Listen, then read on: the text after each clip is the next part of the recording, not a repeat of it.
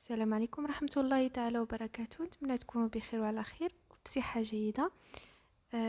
راني غبرت على القناة بزاف. نتمنى تشاركوا لا فيديو الى عجبتكم لا ضغط.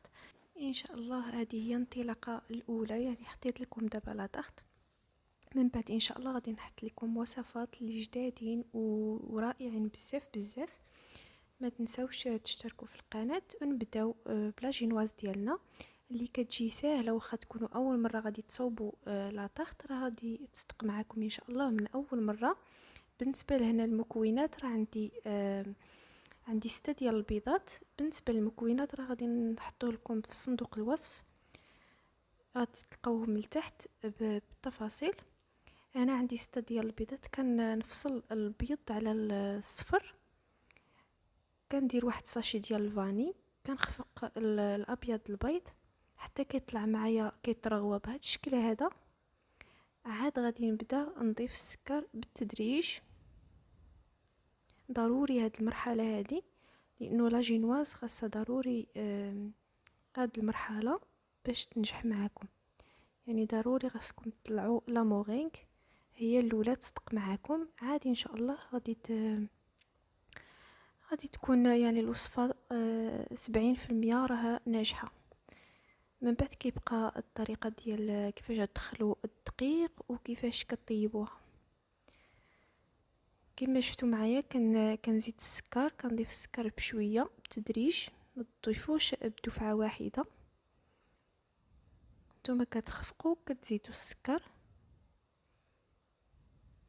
بهذه الطريقه هذه حتى كتطلع لا مورينغ. كيفاش كتعرفوها طلعت؟ راه كدير ديك المنقار، يعني كتعليو لا مورينغ ديالكم كتلقاوها يعني بمنقار العصفور. من بعد راه كتقلبوها، راه ما كتهزش من بلاصتها. هذا هكا يعني لا مورينغ راها ناجحه 100%. من بعد كنضيفو الصفر بالصفه ديال البيض، بيضه ببيضه، وكنخفقو. هنا كنخفقو غير باش نمزجو الخليط بين لا مورينغ والصفر ديال البيض. من بعد كنوقفو، ما كنستمروش بزاف في الخفق حتى كنتاكدوا بانه راه المزيج دخل في بعضياتو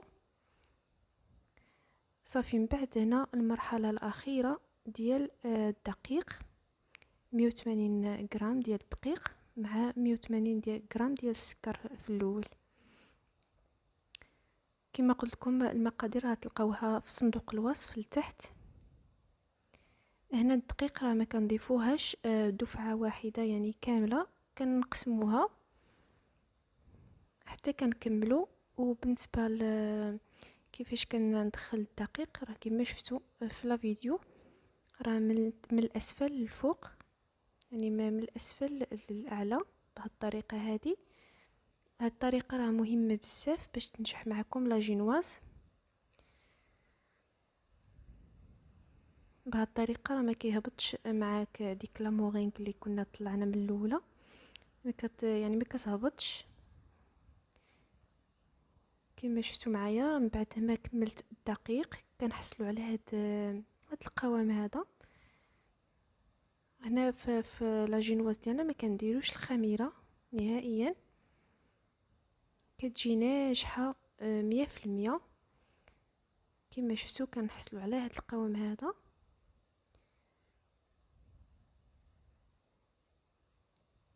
بالنسبه للطريقه ديال الطهي ديالها، ضروري تفرشوا ورق سلفوليزي، ورق الزبده. من بعد كنسرحوا كنسرحوا لا جينواز ديالنا بهذه الطريقه هذه. وكنكونوا يعني كيكون الفران مشعول من قبل من الفوق ومن التحت. بالنسبه انا راه عندي الفران ديال الضو كنشعل عليه 180 درجه، كيطيب من التحت ومن الفوق. اكيد الا عندكم المروحه شعلوا عليها بالمروحه ضروري، يعني كتخليها كتكون يعني كطيب من الفوق ومن التحت، كتوزع لنا الحراره كما شفتوا معايا. بالنسبه للمده كتخليوها بين 8 ديال الدقائق حتى 10 ديال الدقائق، ما تفوتوش ليها الطياب. كنخرجوها كتكون بهذه الطريقه. شحال ما كطيبوها بزاف راه كتنشف، كتجي ناجحه 100%. لا جينواز ديالنا كتجي غزاله غزاله بزاف. جربوها بهذه الطريقه هذه راه غتنجح معكم ان شاء الله. هنا من بعد ما كنقسم القطع اللي بالحجم اللي بغيت. انا بغيتها تجيني شويه عاليه، فقسمت لا جينواز ديالي على 4 ديال القطع على الدوائر. هنا غادي نمشيو للكريمه اللي غادي نخفقوها. هنا عملت كريمه اولالا اللي غادي نخفقها وغادي نديرها في بوش. هنا راه خديت القلب ديالي اللي غلفتو بهذاك البلاستيكه اللي كان مونطيو بيها. راه كيتباع عند اللوازم ديال الحلويات، البائع ديال لوازم الحلويات تلقاوها موجوده. هنا كنوزع الكريمه ديالي بهذه الطريقه هذه. من بعد كان هنا عندكم اختيار، يعني تقدروا ديروا الفواكه اللي بغيتوا اولا تقدروا ديروا الكراميل اولا الشوكولا اللي حبيتوا. انا كنعطيكم مجرد فكره وصافي.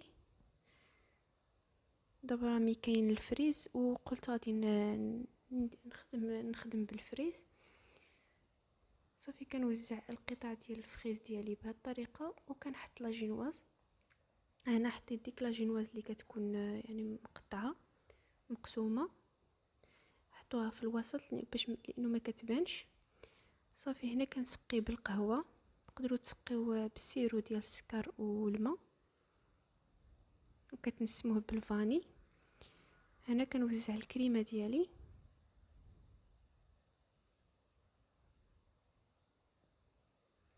هاد لاطاخت كتقام اقتصاديه وزوينه بزاف بزاف، غير مكلفه. صافي كنوزع كذلك الكريمه وكنزيد القطع ديال الفريز. كنحط لا جينواز ديالي. هذه لا جينواز الثالثه كما متبعين معايا.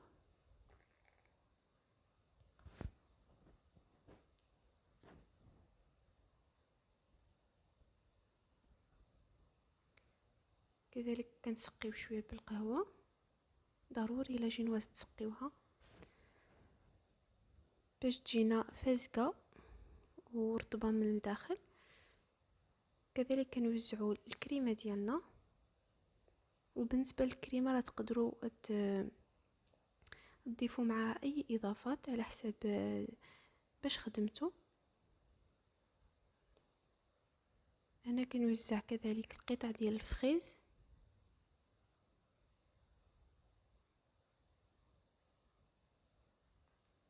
وهذه لا جينواز الاخيره.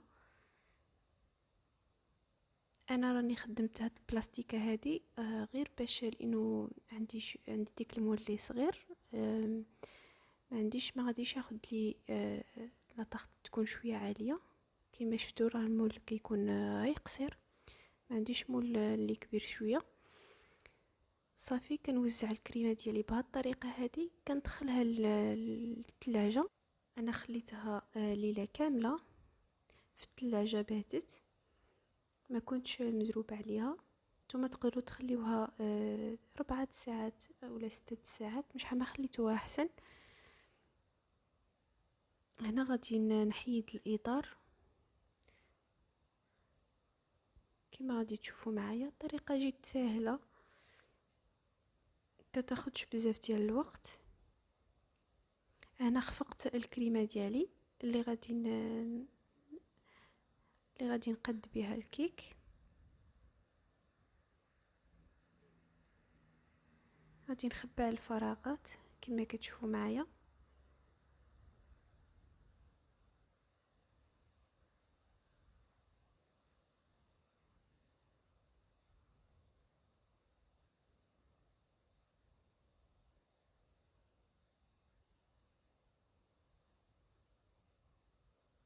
كذلك من الفوق غادي نقد الكريمه ديالي.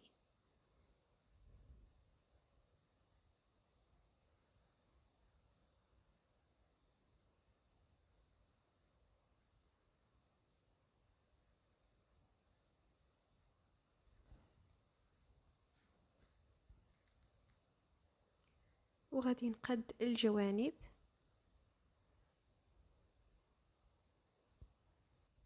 غادي نرجعها للثلاجة على ما نصايب الكاناج.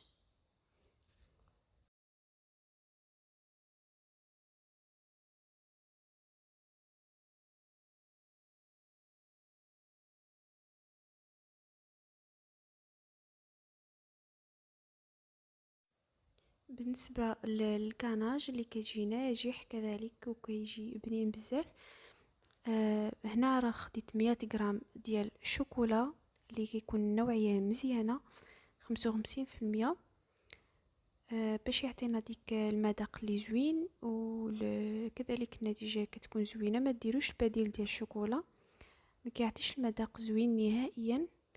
دائما اختاروا الشوكولا اللي كيكون شوكولا نواغ، اولا كتكون النسبه ديالو من 55% ديال الكاكاو.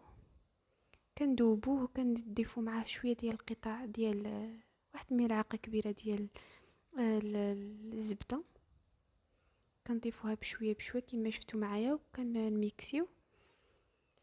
هنا كنديرو ديك الدميعات كما كتشوفوا. الكناج كيجي رائع بزاف بزاف، ومي كديروا نوعيه مزيانه ديال الشوكولا كيعطيها واحد المذاق رائع. صافي كنبقاو كنوزعوا الشوكولا وكنديروا الدميعات.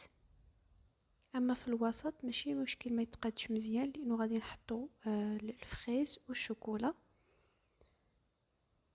انا خديت الفريز ديالي نقعته شويه في الكناج اللي كنت صايبت. صافي كتضيفوه. هنا راه التزيين على كيبقى على حسب الذوق ديالكم وعلى حسب المتوفر.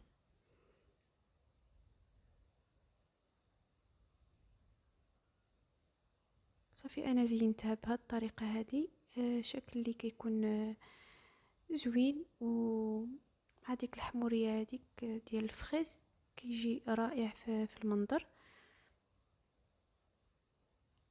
اذا بطريقه اللي سهله جدا وبسيطه، كتاخدش معكم بزاف ديال الوقت. انا كنضيف كذلك شويه ديال فخومبواز وشوكولا، قطع ديال الشوكولا. بهذه الطريقه هذه كتجي زوينه وسهله، كيجي رائع وناجح 100%. الى عجبتكم لا طاغت ما تنساوش تابوناو في القناه باش يوصلكم كل جديد، وتبارطاجيو لا فيديو. شكرا لكم بزاف بزاف على المتابعه. الى فيديو اخر ان شاء الله. مع السلامه.